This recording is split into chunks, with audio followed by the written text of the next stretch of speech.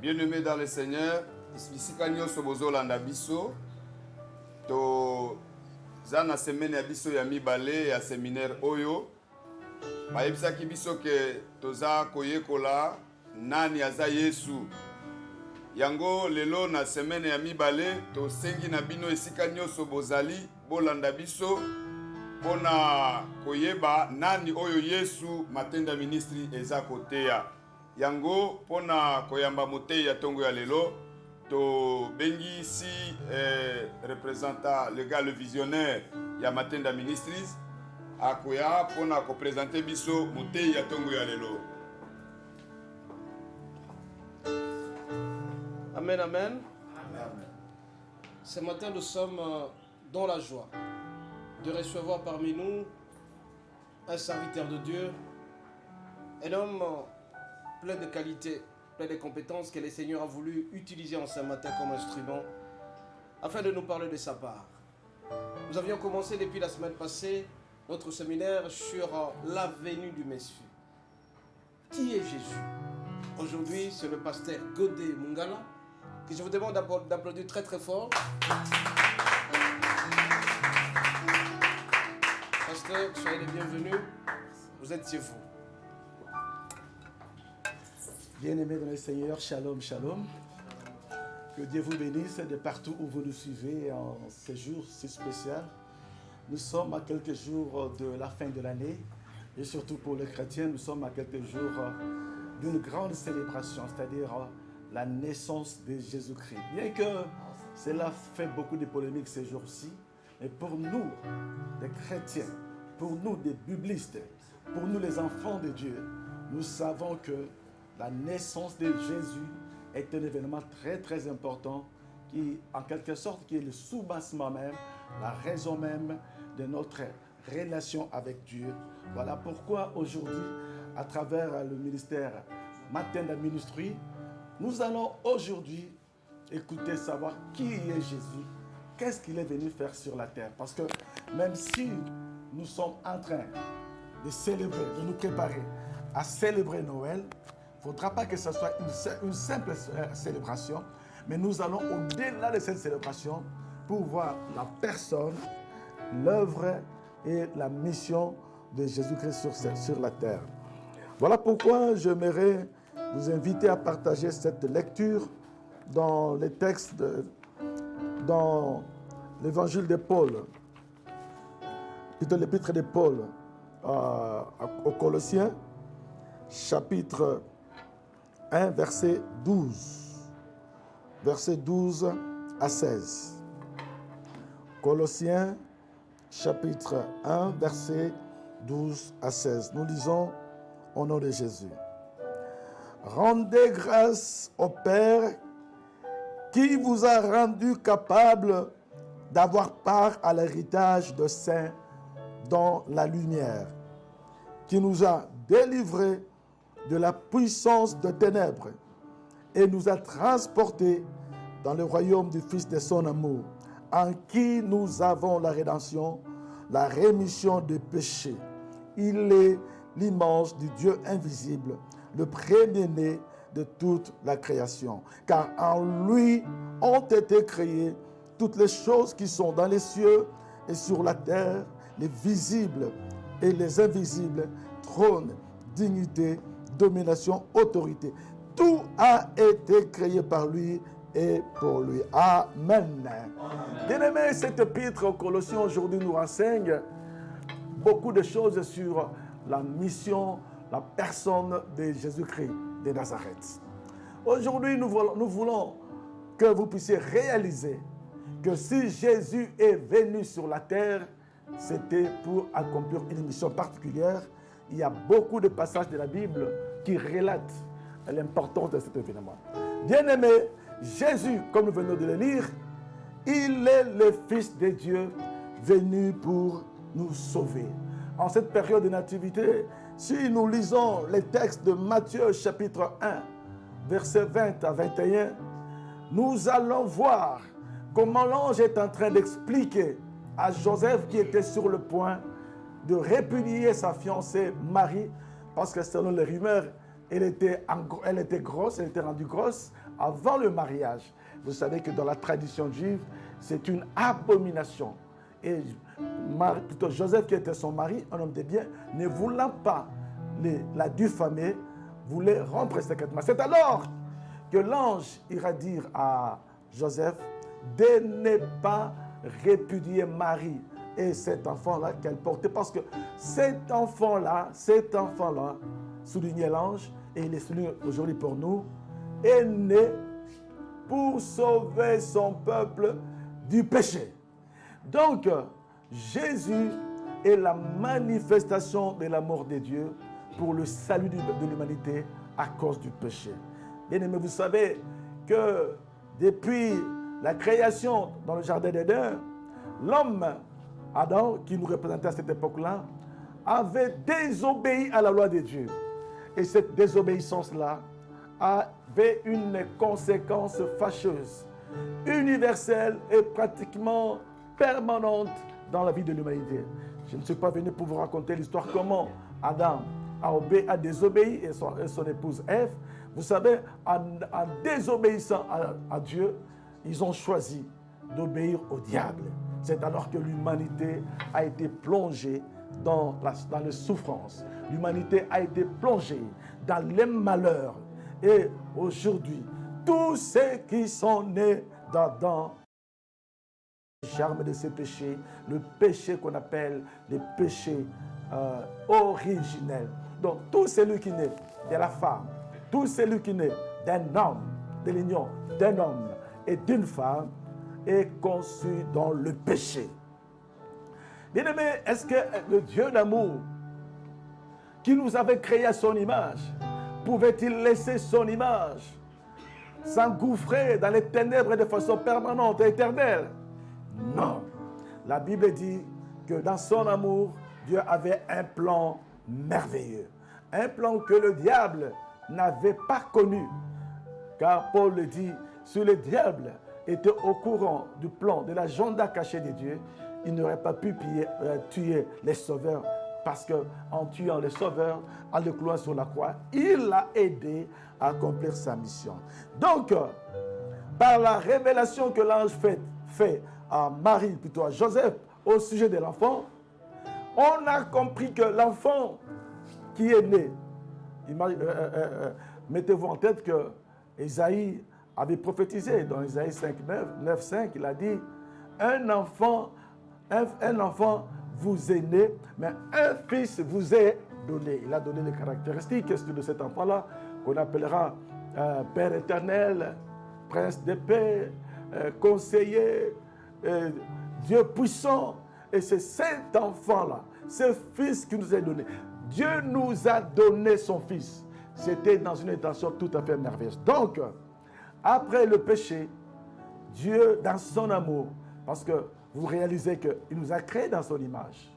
Et même dans son amour-là, il a prévu un moyen de réconciliation avec Jésus, avec lui-même. Donc, nous disons que Jésus est la solution de Dieu pour les problèmes du péché. Nous avons trois choses que nous devons retenir par rapport au salut que Jésus est venu nous apporter. Premièrement, dans la mission de Jésus, Jésus est venu nous réconcilier avec le Père. Voilà pourquoi nous pouvons lire cela dans Colossiens, Colossiens chapitre 1, au verset 20. Colossiens chapitre 1, verset 20, nous lisons exactement ceci. Il a voulu par lui réconcilier tout avec lui-même, tant ce qui est sur la terre que ce qui est dans les cieux, en faisant la paix par lui, par le sang de la croix.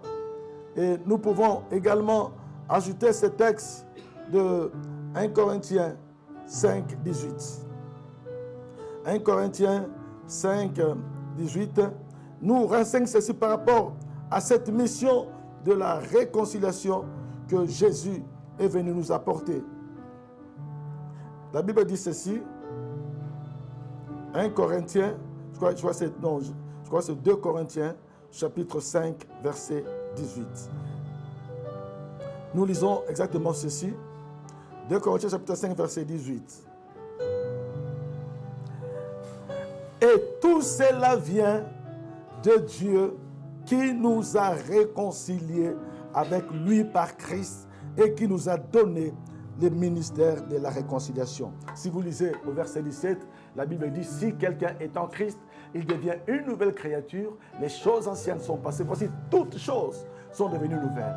Donc, le fait que toutes choses deviennent nouvelles par Jésus-Christ, en croyant en Jésus-Christ, cela vient du fait que Dieu, dans son amour insondable, illimité, a trouvé une voie pour que nous puissions nous réconcilier avec Jésus, avec lui-même.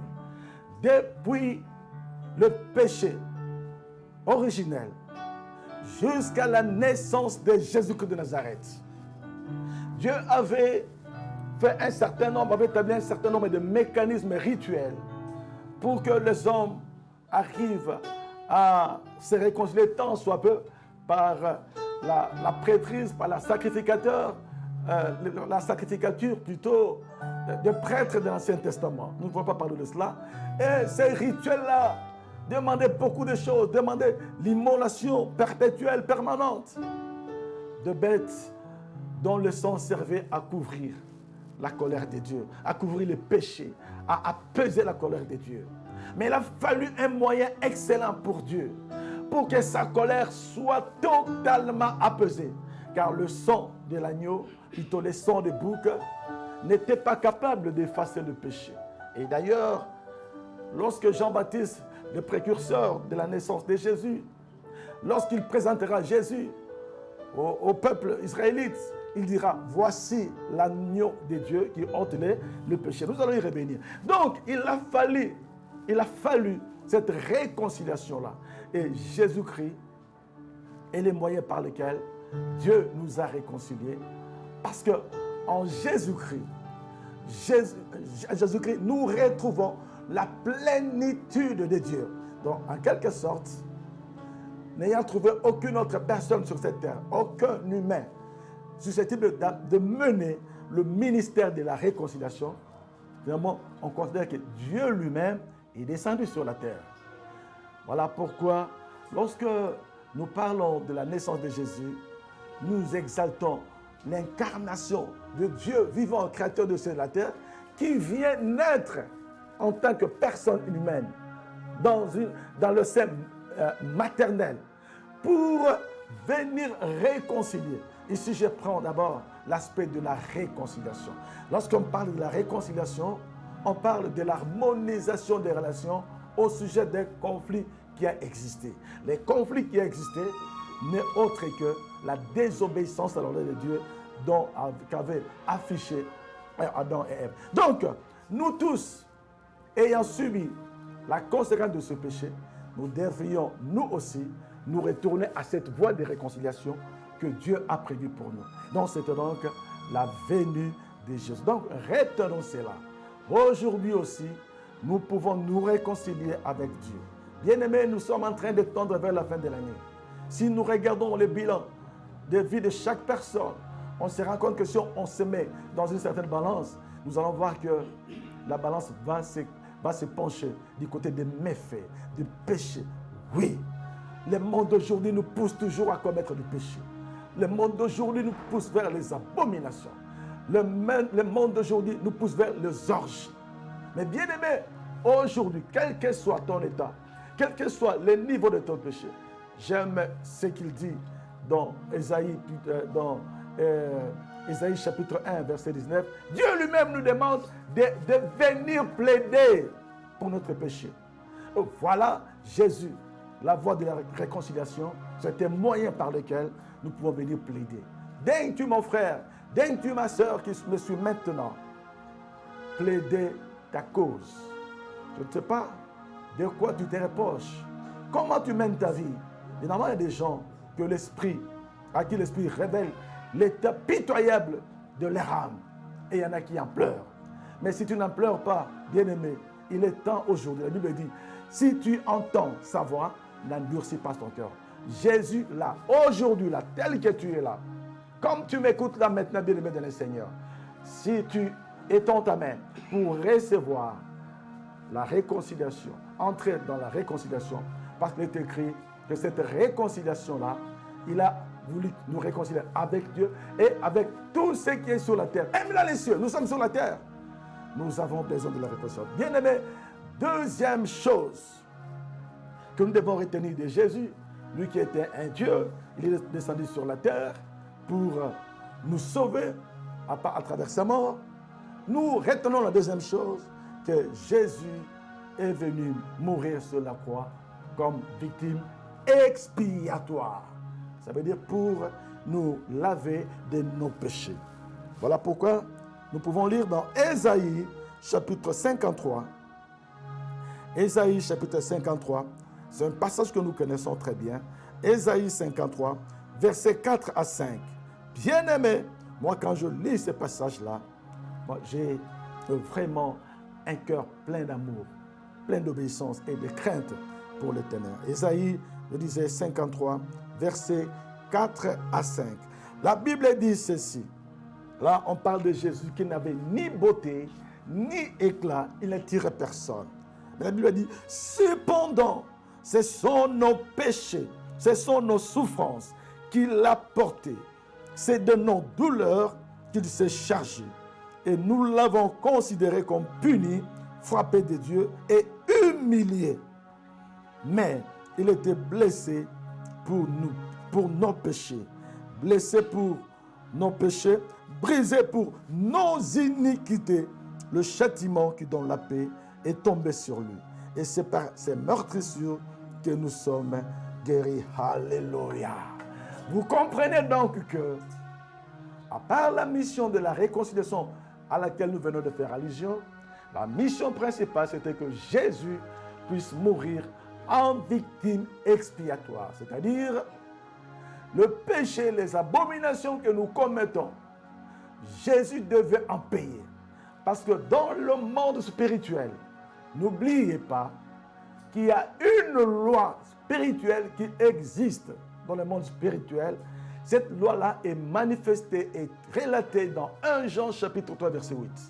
En tout cas, c'est comme s'il s'agissait d'un accord exclusif entre Dieu et le diable. Ce passage l'a dit, c'est lui qui pêche et du diable, n'est-ce pas? C'est lui qui pêche et du diable. Mais le Fils de Dieu a paru afin de détruire les œuvres du diable.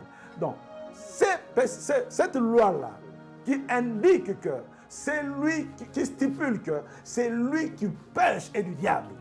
Ça veut dire que c'est lui qui ne pêche pas de Dieu. Si cette loi-là devait être appliquée à 100%, bien aimés, aujourd'hui, nous serions tous du côté du diable. Amen. Mais le diable, n'étant pas aussi intelligent que notre Dieu, lui s'en tient seulement à la première partie de cette loi qui dit, c'est lui qui pêchait du diable. Mais il oublie l'alinéa 2 qui stipule, mais le Fils de Dieu apparut afin de détruire les œuvres du diable. Voilà, Satan nous pousse à pécher. Il nous pousse à pécher car il veut agrandir son royaume. Mais Dieu a disposé que tout celui qui croit en Jésus ne subisse plus. Alléluia. Amen. Les conséquences de ces décrets-là. Donc, si tu pêches et que tu demeures dans le péché, bien-aimé, tu es du côté du diable. Si tu pêches et que tu te retournes vers le Fils de l'homme qui a été une victime expiatoire, bien-aimé, automatiquement, il détruit les œuvres du diable dans ta vie. Voilà pourquoi, bien-aimé de le Seigneur, même là, je me rappelle l'épisode du jugement, du procès de Jésus devant Caïphe. Alléluia. Alléluia. Caïphe, lui, était le dernier souverain sacrificateur qui était en face de Jésus, qui était choqué du fait que Jésus s'appelait le Fils de Dieu. Bien-aimé, Jésus était venu pour détruire, pour venir rendre caduque cette sacrificature de l'ancienne alliance qui constituait à sacrifier les bœufs, le bête pour la rémission des péchés. Il a fallu qu'il soit mort. Mais ces jours-là, en face de Caïphe,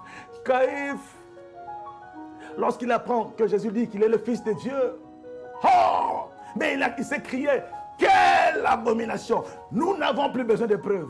Et vous savez, dans sa colère, qu'est-ce qu'il a fait? Il a déchiré sa robe. Alléluia!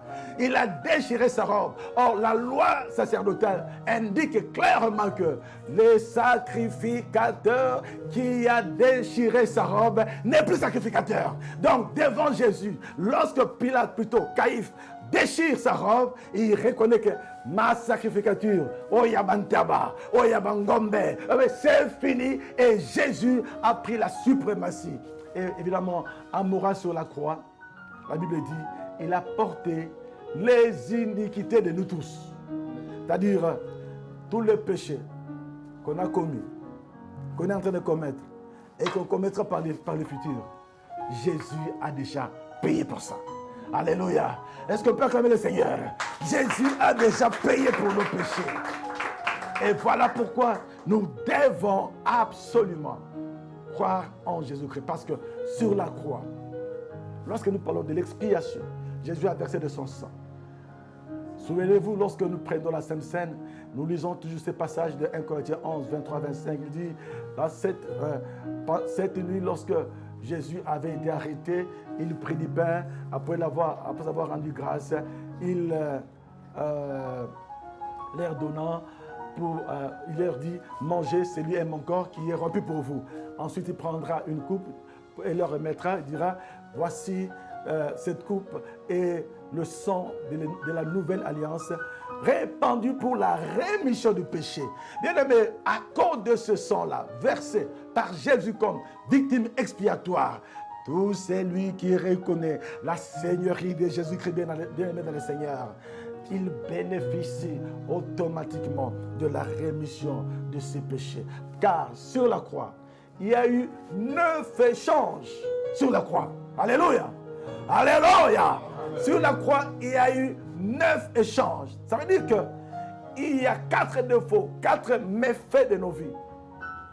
4 méchantes abominations, 9 plutôt situations néfastes que nous devions subir.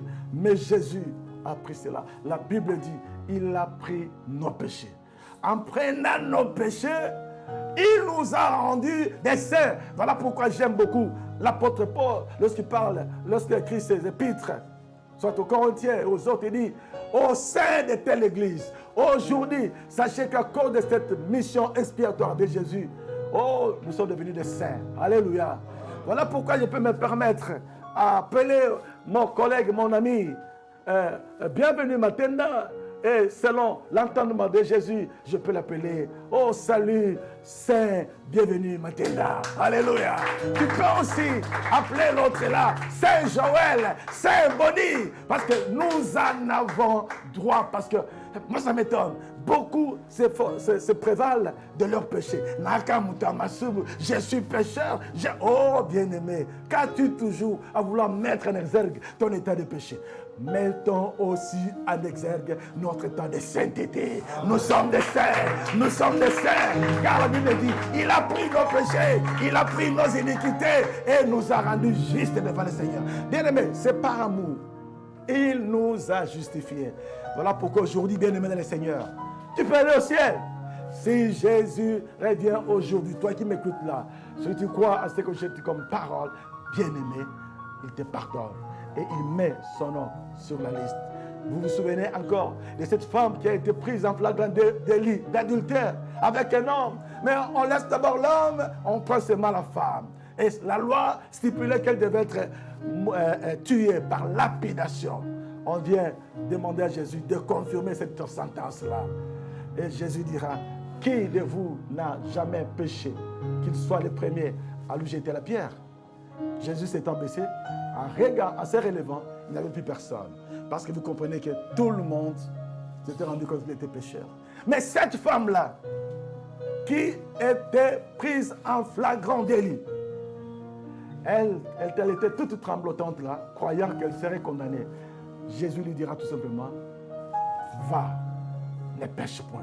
Ça veut dire qu'elle a obtenu la rémission de péché. Bien-aimé, même sur la croix, il y avait 2 voleurs, 2 brigands, l'un à gauche, l'autre à droite. Vous vous souvenez de celui qui était à gauche, des insultes, la profanation contre l'Éternel, contre les dieux des armées. Il lui dira, si tu es fils de Dieu, sauve-toi et sauve-nous aussi de cette situation. Mais l'autre est là, qui était à droite, le brigand, il dira tout simplement, ne crains-tu pas Dieu? D'abord, il sermonne son compatriote Koulouna, comme lui. Tu n'as pas peur de Dieu. Lui là n'a rien fait, mais il subit la même sentence que nous. Et aujourd'hui, il s'est retourné du côté de Jésus.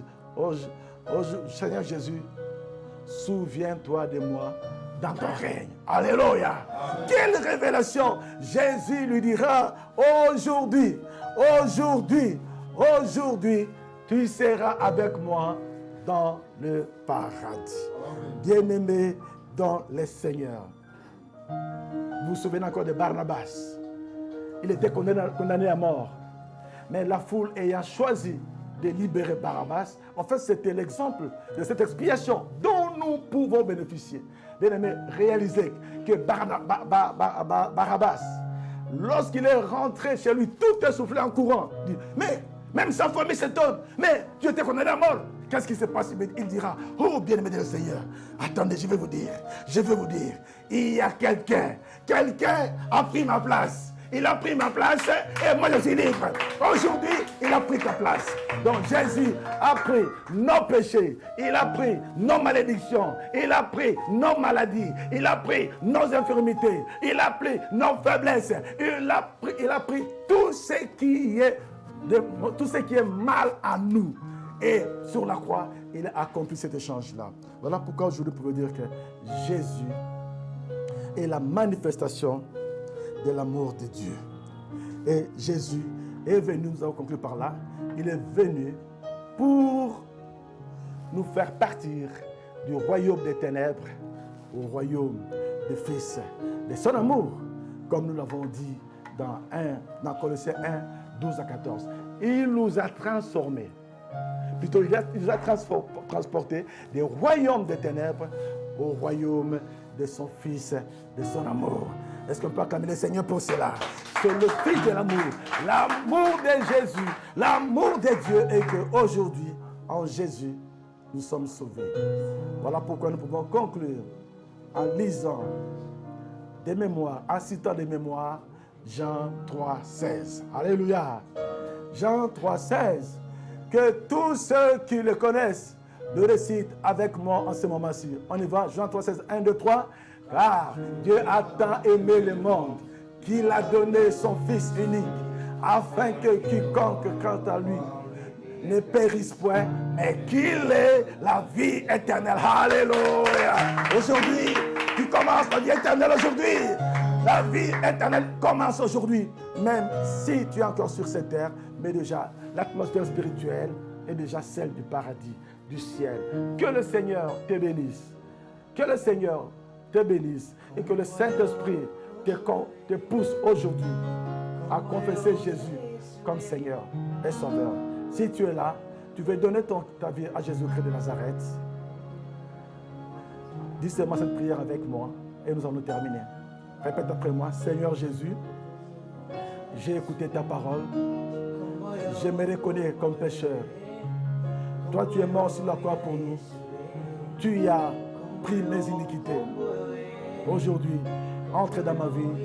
Sois mon Seigneur, mon Sauveur. Pardonne mes péchés. Efface mon nom de la liste des morts. Écris cela dans le livre de vie. Au nom de Jésus. Merci Seigneur Jésus-Christ. Que Dieu vous bénisse. On regarde encore le pasteur sur le plateau. Pasteur, pourquoi nous sommes appelés chrétiens? Pourquoi nous sommes appelés chrétiens, pasteur? Nous sommes appelés chrétiens parce que nous avons cru en Jésus comme notre Seigneur, comme Sauveur, et que nous modélons notre vie, nous harmonisons notre vie par rapport à sa vision.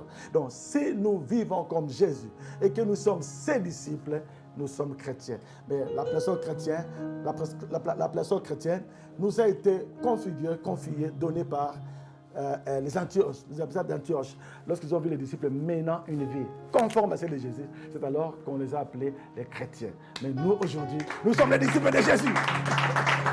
Alors, pasteur, encore une autre question. Pourquoi Jésus, quand il est né, on l'appelait Jésus, mais quelques jours après, on a greffé le prénom de Christ? Oui, si nous lisons dans les prophéties d'Ésaïe, et lorsque même la Bible va parler dans Matthieu, comme j'avais parlé de cela, lorsque Joseph s'apprêtait à rompre, l'ange va lui dire, ne craignez pas, car l'enfant qu'elle porte vient du Saint-Esprit, il s'appellera Emmanuel, et c'est lui qui ôtera les péchés. Donc, c'est le Messie. Donc, il est le sauveur pour nous sauver du monde, mais il est l'envoyé de Dieu pour sauver le monde. C'est ainsi qu'il est sauveur Messie. Donc, le sauveur qui est venu de Dieu, qui a été envoyé pour nous sauver. Aujourd'hui, il est en train de nous sauver. Nous avons la vie. Vous tous qui avez suivi cette émission d'aujourd'hui, vous avez la vie en Jésus-Christ. Pasteur, la troisième question. Donnez-nous ces détails-là. Quand vous dites que Barabbas, il était condamné, et quelques heures après, il est rentré à la maison. Il vous venez de donner un détail le plus important, c'est qu'il y a quelqu'un qui a pris sa place. Oui. Et donc, c'était tout à fait normal que Barabbas soit libéré. Parce qu'il y a quelqu'un déjà qui a pris sa place, c'est-à-dire la personne de Jésus. Oui. Et c'est là, c'est ce qu'on appelle la substitution. En fait, Barabbas était condamné à mort. Ouais. Tout comme toi aujourd'hui par tes péchés. Tu es condamné à mort. Tu es du côté de Satan. Mais si tu crois en Jésus, ta condamnation est partie. En fait, ce n'est pas que la condamnation est partie. Jésus prend la condamnation, il porte ça et toi tu es libre. Voilà pourquoi ce jour-là, la première personne à en avoir bénéficié, sur la croix immédiatement, c'était Barabbas. Lui qui était condamné à mort, cet homme a pris ma place. Il s'appelle Jésus. Donc, comme Jésus avait fait, nous avons dit qu'il y a eu 9 échanges sur la croix. On en parlera plus tard, tout un séminaire. Le 9 échanges accomplis sur la croix par Jésus-Christ. Parmi ces échanges-là, c'était que Jésus, lui qui était le Saint de Dieu, il a pris nos malédictions. Il a pris la condamnation de la malédiction. Donc, comme il prend notre malédiction, il prend notre condamnation. Que faire? On est libre. Tu es libre aujourd'hui en Jésus. Merci beaucoup, pasteur. Merci pour tout. Merci. Merci à moi de vous remercier. Pasteur, la dernière question qui me vient en tête. Est-ce que nous sommes appelés à fêter le 25 décembre? Disons, c'est une question qui se pose souvent chez nous. Le 25 décembre, il faut dire d'abord que Jésus n'est pas né le 25 décembre. N'est-ce pas? Ce n'est pas qu'il est né ce jour. Je te rappelle, c'est ça. Mais tout ce que nous savons, que Jésus est né pour nous sauver. Et s'il y a des chrétiens qui estiment qu'ils veulent célébrer Jésus ce jour-là, peu importe. Mais il n'est pas dit qu'il faut attendre seulement le 25 pour célébrer Jésus. Alors la dernière question, pourquoi l'appelle-t-il Emmanuel? Emmanuel. Voilà. Vous savez, lorsque Adam et Ève étaient seuls étaient dans le jardin, Dieu était avec lui, il venait se voir. Mais il s'est fait qu'il venait se voir le soir. Et pendant que Dieu les avait laissés seuls, ils ont flanché, ils sont tombés. Voilà pourquoi, dans cette nouvelle alliance, Dieu va disposer que si quelqu'un est en Christ, Dieu est avec lui. Il habite automatiquement. Peut-être que vous êtes là. Emmanuel, Dieu est avec nous. Dieu est avec vous. Dieu est avec vous. La Bible dit, mais savez-vous pas que votre corps est le temple du Saint-Esprit et que l'Esprit de Dieu habite en vous? Donc, Dieu est avec nous, Dieu est avec vous et que Dieu soit glorifié dans sa présence en nous. Il dit, je frappe à la porte. Si quelqu'un entend, ce qui me a fumé le thème. J'entre, je mange avec lui, je soupe avec lui, je dors avec lui, avec lui. Nous disons merci au Seigneur pour cette prédication de ce matin. Nous bénissons le Seigneur et nous disons merci au pasteur Godé Mongala qui a voulu partager avec nous cette prédication ce matin. Et donc prochainement, je crois que vous serez encore notre invité. Quand on aura terminé ces séminaires, on va encore chercher un thème sur le 9, vous avez dit? Le 9 échanges 9 échanges sur la croix. sur la croix. Je crois que ça sera pendant la période de la Pâque où nous allons voir ce qui s'est passé réellement. Nous disons merci au Seigneur. Et nous demandons à ceux-là qui ont suivi largement cette prédication, ceux qui sont venus auprès du Seigneur, les numéros s'affichent au bas de l'écran. Posez des questions. Si vous adressez cette question au pasteur Godé Mungala, ces questions lui seront transmises et à l'occasion, il trouvera un temps pour pouvoir répondre. Encore une fois, merci beaucoup. Soyez bénis et à la prochaine. Merci. C'est moi qui dis la merci aussi.